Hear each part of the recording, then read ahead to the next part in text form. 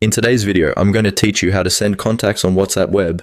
If you want to quickly share someone's contact information through WhatsApp Web, the good news is that the process is very simple once you know where to look. This is useful when you need to pass along a phone number to a friend, coworker, or family member without typing everything out manually. It also helps reduce mistakes, since sending a saved contact is usually more accurate than copying and pasting details by hand.